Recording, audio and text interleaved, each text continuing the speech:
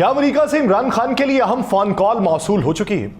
Donald J Trump के खिलाफ माजी में बोलने वाले क्या अपनी ट्वीट्स को डिलीट करने लगे हैं? अमेरिका हमारा बाप नहीं जो इमरान खान के मामले पर बात करे, यह जुमला किस खास शख्सियत ने आज के रोज बोला है? अमेरिकी इंतखाबात के नताइज का असर पूरी दुनिया पर क्या पड़ने वाला है और क्या कल से गजा जंग का मंजर तब्दील हो जाएगा? आप सब पर सलामती हो, मैं यासिर रशीद हूं और आप मेरा वीलॉग देख रहे हैं और इन तमाम तर सवालात का अहाता इसी वीलॉग के अंदर है। नाज़रीन, खुशामदी शख्स जो है वो अपनी जबान को एक ही वक्त में हमला आवर और मुहाफिज दोनों के तौर पे इस्तेमाल कर सकता है। वो लड़ाइयां जो हथियारों से जीती नहीं जा सकती, चापलूसी से हल कर ली जाती हैं। माजी के अंदर मद्दाह शायर अपने अपने आकाओं की बहादुरी और शुजात को बढ़ा चढ़ाकर बयान करके इनामात और ओहदे हासिल किया करते थे, जैसे बहादुरुल मुल्क का खिताब हासिल कर लेना या फौजी कमान की जो पकड़ है उसको मजबूत कर लेना। खुशामद एक खतरनाक मीठा जहर है जिसकी तलखी फौरन महसूस नहीं होती, मगर ये धीरे धीरे अपना जहरीला असर छोड़ जाती है। कि जैसा कहा गया कि जिंदगी में इस कदर बेचारगी अच्छी नहीं, हर कदम पर चाराए तदबीर होना चाहिए, साहिबे ताकीर होने से तो कुछ मिलता नहीं, आदमी को सिर्फ चमचागीर होना चाहिए। पाकिस्तान की मौजूदा सूरत हाल में अगर सियासी मंजरनामे को देखा जाए तो इसको माजी से रिलेट करना बड़ा ज़रूरी है। अभी हालिया दिनों में जो इम्पैक्ट पड़ेगा इसको एक लम्हे के लिए एक साइड पर रखिए, सोचिए। पाकिस्तान मुस्लिम लीग नून की रहनुमा हिना परवेज भट्ट 20 जनवरी 2021 को वो अपने एक्स यानी ट्विटर के ऊपर एक पैगाम लिखती हैं कि खुशामदीद जो बाइडन, उम्मीद है आप ट्रंप के बोए हुए नफरत के बीजों को जमीन से उगने नहीं देंगे। पाकिस्तान के साथ अच्छे ताल्लुकात के लिए पुरुमीद हूं और उम्मीद है कि आप दुनिया में अमन के लिए भरपूर किरदार अदा करेंगे। इससे पहले हिना परवेज भट्ट ने ही 5 फरवरी 2020 को एक ट्वीट किया था जिसमें यह लिखा था कि अमेरिकी सदारती उम्मीदवार जो बाइडन की इंतखाबी मुहिम में शिरकत करके मुझे अमेरिकी सियासत के बारे में बहुत कुछ सीखने को मिला।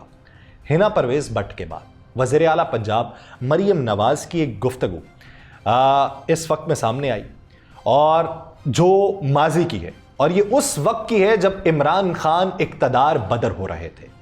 PMLN के पेज के ऊपर बाकायदा तौर पे कैप्शन के जरिए ये वीडियो शेयर की जाती है और लिखा जाता है कि ट्रंप जब हारा और जाते जाते उसने मुल्क पर जो हमला किया, आज आपने जो देखा वो उसी का रिपीट था। पाकिस्तानी ट्रंप ने जाते जाते अपने आप को बचाने की पूरी कोशिश की, लेकिन उसे कहना चाहती हूं जो चंद रोज तुमको मिले हैं अच्छे से पैकिंग करना, प्राइम मिनिस्टर हाउस में कोई चीज भूल के ना चले जाना। इसका मुझे खदशा है कि ये ना बाद में डिलीट हो जाए। वजीर मनसूबाबंदी एहसन इकबाल साहब, उन्होंने 21 अक्टूबर 2016 को एक ट्वीट किया था जिसमें उन्होंने लिखा था कि मुझे बड़ी हैरत हुई यह देखकर कि एक ही तरह का लहजा और एक ही तरह की जबान ट्रंप और इमरान खान के मानने वालों की और इन दोनों रहनुमाओं की। फिर 26 अक्टूबर 2016 को एहसन इकबाल साहब ने लिखा था कि आप जानते हैं कि पाकिस्तानी डोनाल्ड ट्रंप कौन है।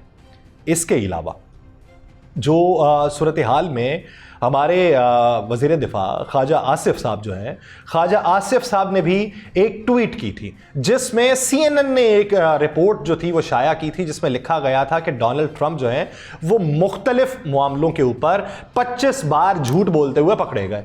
तो उन्होंने उसके ऊपर ये बात की कि जैसा डोनाल्ड ट्रंप वैसा ही इमरान खान।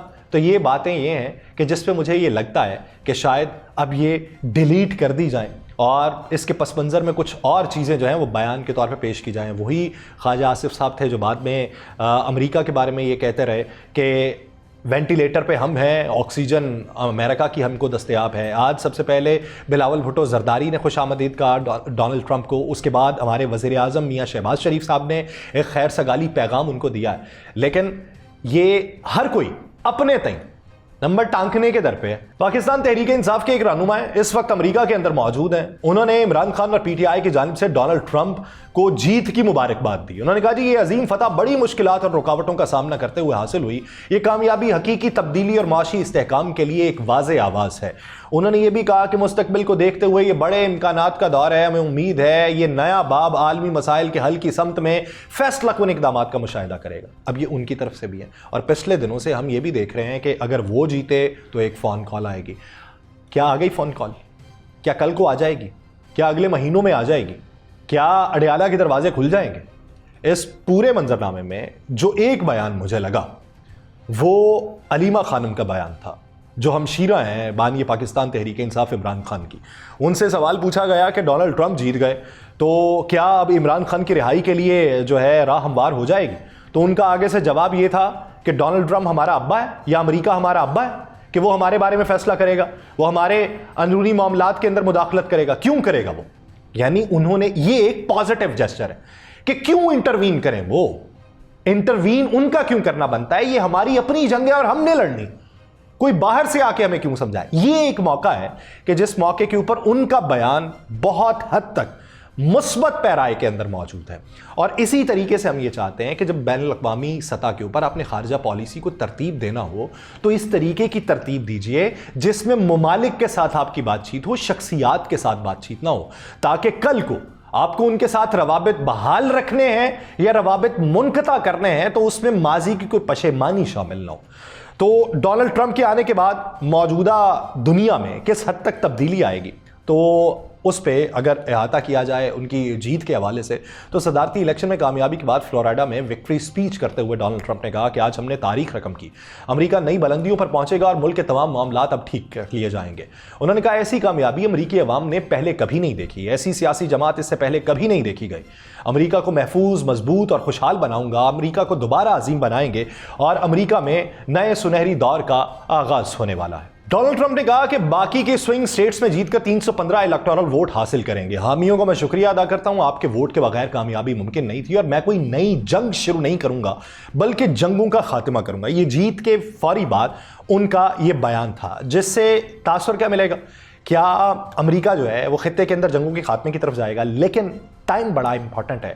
اسی ٹائم میں کہ جب جیت کی باتیں ہو رہی تھیں، جب ڈونلڈ جے ٹرمپ اپنی وکٹری سپیچ کر رہے تھے، تو ایسے میں خبر آتی ہے کہ امریکہ ایک نئے ہائپر سونک میزائل کا تجربہ کر رہا ہے جو 15,000 کلومیٹر فی گھنٹہ کی رفتار سے اڑ سکتا ہے اور دنیا میں کسی بھی ملک کو صرف 30 منٹ کے اندر ٹارگٹ بنا سکتا ہے۔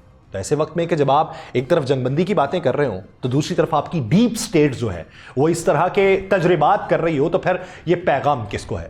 ٹرمپ دوسری مرتبہ امریکہ کے صدر منتخب ہوئے اور امریکہ صدر کے انتخاب کے لیے تمام 50 ریاستوں میں ہونے والی پولنگ کے نتائج کے مطابق ڈونلڈ ٹرمپ نے انتخابی مارکہ جیتا۔ 47ویں صدر وہ بننے والے ہیں، اور امریکی صدارتی انتخاب میں 538 میں سے اب تک ڈونلڈ ٹرمپ نے 277 اور کمیلا ہیرس نے 226 الیکٹورل ووٹ حاصل کیے۔ ایوان نمائندگان میں ریپبلکن 188 اور ڈیموکریٹس 160 نشستوں پہ کامیاب ہوئے۔ صدارتی الیکشن میں امریکی کانگریس کے ایوان بالا یعنی سینٹ میں ریپبلکنز نے اکثریت حاصل کی۔ ریپبلکنز نے 100 رکنی ایوان میں 51 نشستوں کے ساتھ برتری حاصل کر لی ہے، جبکہ 43 نشستوں پر ڈیموکریٹ نے کامیابی حاصل کی۔ اب اس موقع کے اوپر اس کا امپیکٹ خطے میں کیا پڑے گا؟ تو حماس کے رہنما سمی ابو ظہری نے یہ کہا ہے کہ ٹرمپ کو ان کے بیانات کے حساب سے جانچا جائے گا، کیونکہ انہوں نے کہا تھا کہ وہ بطور امریکی صدر غزہ جنگ کو چند گھنٹوں کے اندر ختم کر دیں گے۔ حماس پولیٹیکل بیورو کے ممبر حاسم نعیم نے کہا کہ صہیونی ریاست کی اندھی حمایت ختم ہونی چاہیے، کیونکہ یہ حمایت ہمارے لوگوں کے مستقبل اور خطے کی قیمت پر آتی ہے۔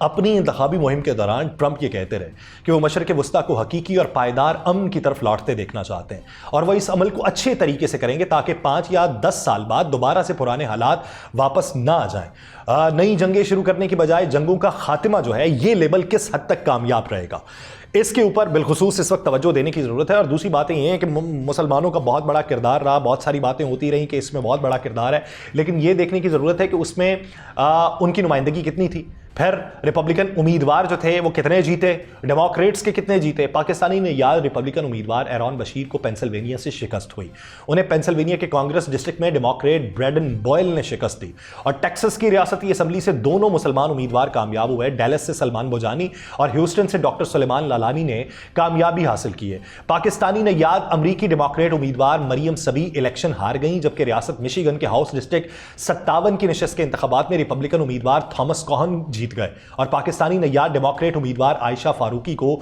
शिकस्त का सामना करना पड़ा। यूं वहां पर मुस्लिम जो उम्मीदवार थे उन्हें भी शिकस्त देखना पड़ी है। लेकिन हम अगर ये उम्मीद करने बैठ जाएं कि हमारे ऊपर ही सारा दबाव आएगा, हमें ही देखा जाएगा, तो अभी जब डोनाल्ड ट्रंप पहले दिन अपने प्रेसिडेंट हाउस के अंदर या प्रेसिडेंट ऑफिस के अंदर बैठे होंगे, व्हाइट हाउस में टेबल के ऊपर एजेंडा जो होगा, तो टॉप ऑफ द लिस्ट जो चीज है वो ग्लोबलिज्म नहीं अमेरिकनिज्म होगी। पाकिस्तान उस एजेंडे में शामिल नहीं होगा। एक बात तो है कि पाकिस्तानी लॉबी ने या लॉबी फर्म्स जो हायर की गई थी पाकिस्तानी कम्युनिटी की तरफ से, उन्होंने किसी हद तक अपना काम किया, लेकिन इलेक्शन से पहले का नैरेटिव और इलेक्शन के बाद के इकदाम वो यकसर मुख्तलिफ होते हैं। मुमकिनात में से है कि अपने सिफारती रवाबित को बहाल करने के लिए कोई इस तरह का पैगाम दिया जाए कि जो इनर केओस है उसका खात्मा कर लिया जाए, लेकिन वाज़े तौर पे किसी प्लानिंग के तहत ये सारा कुछ होगा वो मानने में नहीं आता। देखिए आने वाले दिनों में क्या तब्दीली होती है और किसकी ट्वीट्स डिलीट और किसकी मदा सराई में इजाफा होता है, ये देखने की जरूरत है। मुझे दीजिए इजाजत, अल्लाह ने के बाद।